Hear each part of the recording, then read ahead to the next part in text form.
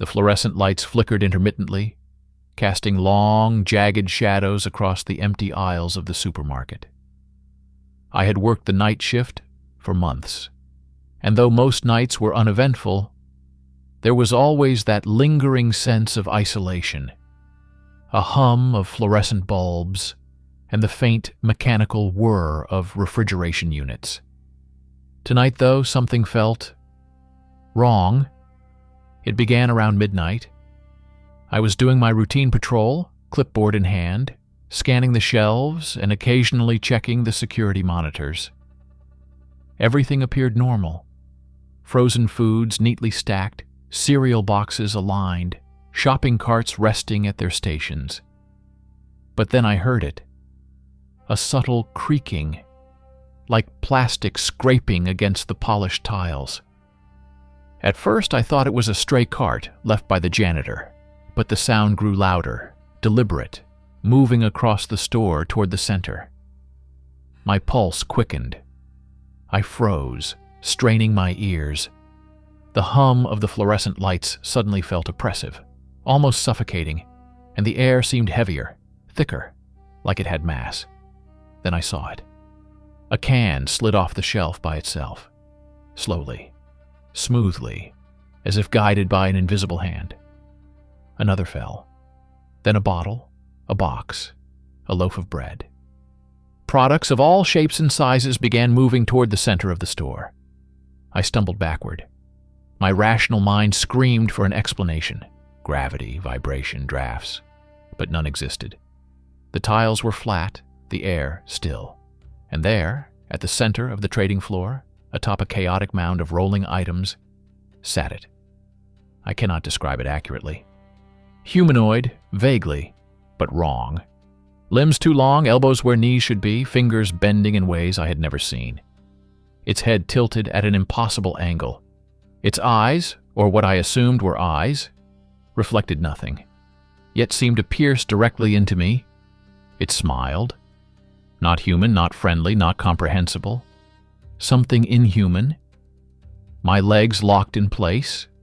My mind screamed at me to run, but my body refused. The items continued their slow, hypnotic migration, forming a writhing pattern around the figure. Then, impossibly, the air itself thickened. Whispers, like voices behind walls, seeped into my skull. Shapes appeared in the corners of my vision. Twisting, writhing, impossible geometries that my brain tried and failed to understand. The fluorescent lights flickered violently, shadows slithering unnaturally across the aisles, and I felt the very store bending around the entity, warping reality like clay. Panic surged.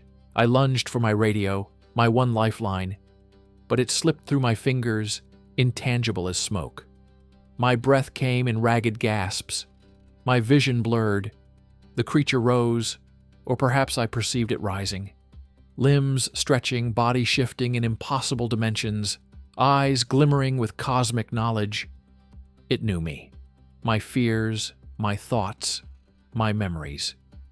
"You see too much," it whispered, not aloud, but inside me. "You belong here, like all who witness."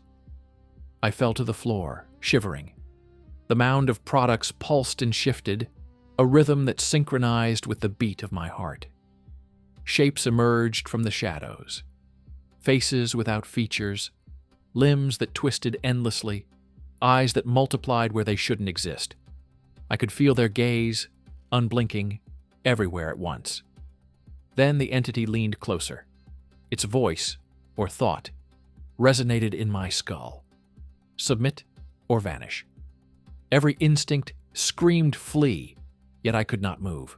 The store had become a labyrinth of impossible physics, time fractured, seconds stretched to eternity.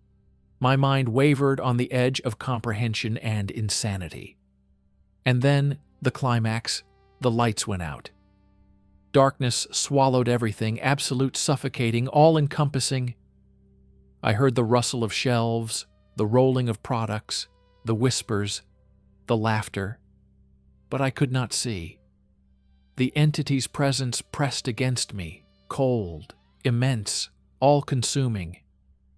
And in that moment I understood. Some things are not meant to be observed.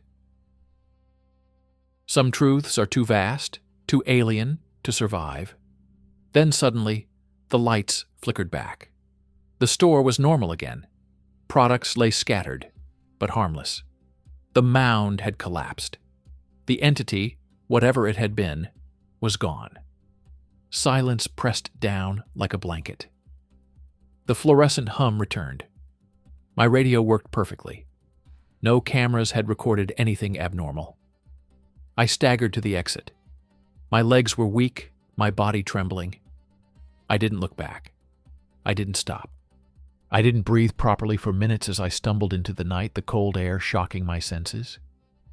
But even outside, even in the normal world, I could feel it.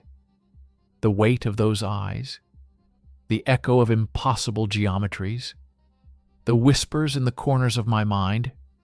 It had marked me, followed me. I would never truly escape.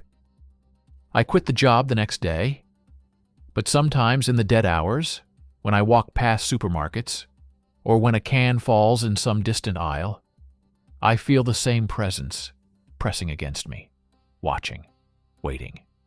The night shift never ends, and neither does it forgive. The darkness lingered even after the lights flickered back. My legs, though capable of moving again, felt heavy, as if the store itself weighed down on me. I stumbled toward the exit, gripping the door handle as if it were a lifeline, yet the metallic chill of the handle sent a shiver up my spine. The night outside was unnervingly still, the parking lot empty, the wind cold and biting. I expected relief, safety, but the unease followed me. The supermarket loomed behind me, normal in appearance, mundane even. Yet I could still feel it. The gaze of something ancient, something beyond comprehension, lingering in the shadows of the aisles, in the spaces between the fluorescent hums, in the air itself. I returned home, locking every door, turning on every light, trying to convince myself it had been a hallucination. But sleep was impossible. Every creak of the floorboards, every distant thud in the city streets, sounded like the slow rolling of cans on invisible tiles. I dreamt of endless aisles, of shelves bending, of shadows twisting into impossible forms, and I woke each time with the same sense of watching eyes, the same oppressive weight pressing on my chest. Days passed, yet the memory did not fade. Every time I passed a supermarket, my pulse quickened.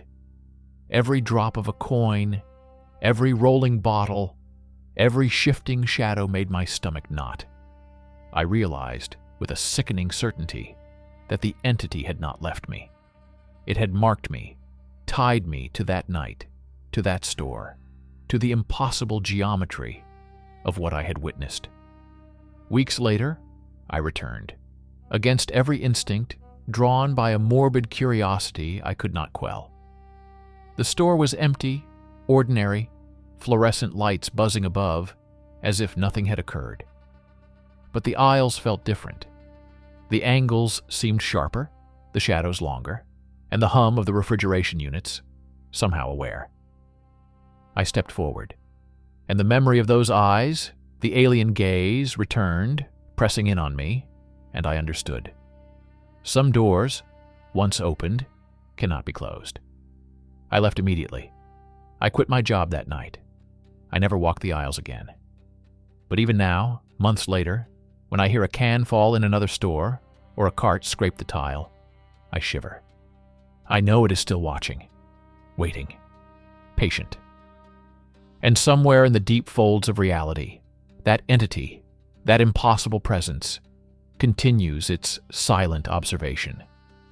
I am a simple man, a former night guard, yet I now live with the knowledge that some nights, some places, and some entities are not meant for human understanding. That the mundane world can harbor horrors that are patient, silent, and eternal. And I know, if I ever return to a night shift, or if I wander alone through empty stores, the entity will be there, waiting, watching. And the night shift will never truly end. The supermarket is quiet. The lights hum. But it is never safe. And I am never alone.